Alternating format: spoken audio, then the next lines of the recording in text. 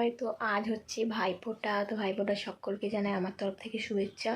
আর বড় দাদা আছো, ভাইরা আছে, তাদেরকেও আমার তরফ থেকে অনেক শুভেচ্ছা।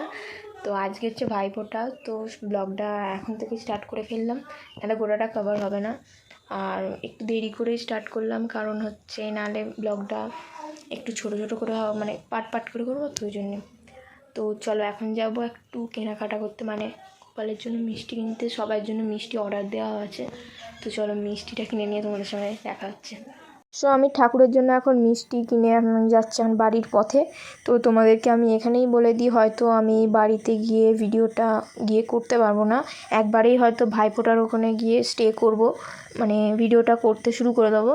তো এর জন্য কিছু মনে করোনি, কারণ আজকে ভিডিওটা এরকম হতেই থাকবে। আর এটা হচ্ছে আমাদের কালী ঠাকুর, দেখে নাও, তোমাদেরকে পরে হয়তো ভালো করে একটু দেখাবো। তো চলো বক বক না করে এখন বাড়ি যাই।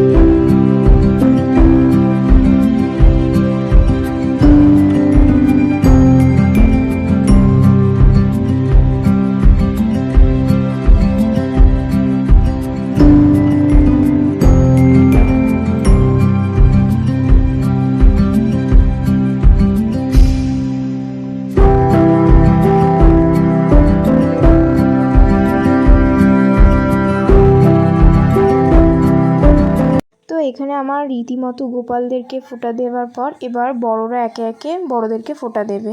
তো সেইটাই তোমাদের সঙ্গে আলোচনা করব। তো এখানে দেখতেই পাচ্ছ বাবা হচ্ছে একটা গেঞ্জি পরেই বসে পড়েছে আর কি। আর এখানে খেলা হচ্ছে যেহেতু, তো সেই জন্যেই আর কি সবাই খেলার দিকেই মন বেশি। আর এখানে বড় পিসি বাবাকে ফোঁটা দিচ্ছে, তো তোমরা দেখতেই পাচ্ছ। আর এখানে কি একটা ছয় মেরেছে না কি একটা বেশ হয়েছে, আর সবাই রিয়াকশানটা শুধু দেখো।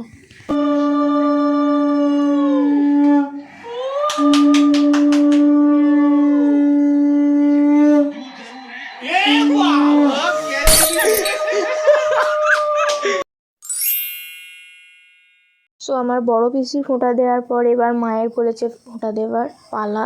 তো এটা হচ্ছে আমাদের ঘর, বুঝতেই পারছো। তো আমাদের ঘরে এখানে মামাকে ফোঁটা দেওয়া হচ্ছে, তারপরে মা জেঠুকেও দেবে, মানে পরপর এবার লেগেই রয়েছে। তো এখানে মায়ের ফোঁটা দেওয়া কমপ্লিট হয়ে গেছে। তো এখানে ভিডিওটা আমার বোন করছিল। আর প্রতিবারে মা যায় মামা বাড়িতে, তো এবারে মামা এসছে অনেক দিন বাদ। এরপর আছে জেঠুকে ফোঁটা দেওয়ার পালা। তো এইখানটায় হয়তো আমি নাও থাকতে পারি। তো চলো। সো আমি বলেইছিলাম যে আমি জেঠুর ফোঁটা দেওয়ার সময় থাকতে পারবো না, কারণ আমি তখন আমার দাদাকে ফোঁটা দিতে গিয়েছিলাম। তো এখানে মাকে আশীর্বাদের সময় হচ্ছে ভিডিওটা করতে পেরেছি, তারপর ফোঁটা দেওয়ারটা করতে পারিনি। তো এবার কি হচ্ছে চলো। সো এবার ঠাকুমা তার দুই নাতিকে ফোঁটা দেবে, তো তারপরে আমি দিতে পারবো। তো সেই জন্য আগে প্রথমে ঠাকুমা দিচ্ছে, তারপর আমি দেব। তো চলো। তোমরা অনেকেই জানো যে আমার ঠাকুমা 2-3 বছর ধরে বিছনায় শুয়েছিল আর কি, মানে একদম অবস্থা খারাপ ছিল, তোমরা অনেকেই জানো। তো ঠাকুমা 2-3 বছর কাউকেই ফোঁটা দিতে পারেনি। তো এবছরে ঠাকুমা ফোঁটা দিচ্ছে, তোমরা দেখতে পাচ্ছ। এবারে ঠাকুর দেখতেও গিয়েছিল। তো প্রথমে বড় নাতিকে দেওয়ার পর এবার ছোটো নাতিকে ফোঁটা দিতে যাবে, কিন্তু এরা এতটাই খেলাতে ব্যস্ত যে কি বলবো, মানে হাঁ করে যেন টিভিটাকে গিলে নিচ্ছে, মানে কি অবস্থা, মানে বলে তোমাদেরকে বোঝাতে পারবো না। তো ঠাকুমার দেওয়ার পর তারপর আমি দিতে পারবো। তো আমি সেই সকাল 6টায় উঠেছি, এখনও পর্যন্ত কিছু খাইনি। তো সেটা খাওয়াটা ম্যাটার নয়। তো আমি হচ্ছে ওই জন্যে ঠাকুমার ভিডিওর ক্লিপসটা নিচ্ছি, কারণ ঠাকুমা অনেক দিন বাদে ফোঁটা দিচ্ছে। তো চলো এবার দেওয়ার পালা আমার। আর ভিডিওটা কে কোথা থেকে দেখছো অবশ্যই কমেন্ট করো। তারপরে ওকে মিষ্টি খাওয়ানো হচ্ছিল, আর ও মিষ্টিটা এমন করে মুখে পুরলো যাতে কি বলবো তোমাদেরকে, মানে গলায় আটকে যেত। তো চলো এবার আমি ফোঁটা দেব। 3, 2, 1 জোরে জোরে চেঁচিয়ে চেঁচিয়ে বল। ভাইয়ের কপালে দিলাম ফোঁটা, ঝুমাই করে করলো কাটা, ঝুমকে ফোঁটা, আমি আমার দাদাকে ফোঁটা। ভিডিওটা আমার বাবা প্রথমেই করছিল, তোমরা দেখতেই পাচ্ছিলে। খুবই ইয়ার্কি মারছিল আমার সঙ্গে আর দাদার সঙ্গে। তো দাদা যেহেতু আমাদের বাড়িতে 1 বছর পর এলো, তো সেই জন্যেই হচ্ছে আর কি একটু বেশি আর কি ঠাট্টাটা করছিল।